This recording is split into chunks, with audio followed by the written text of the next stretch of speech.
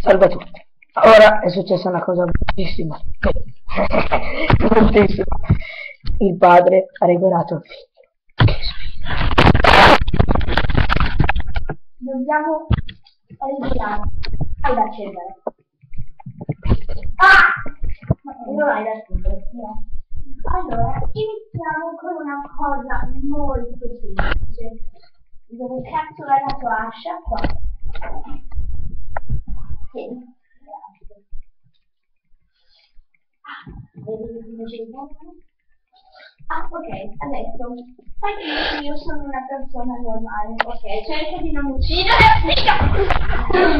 Avete una persona normale?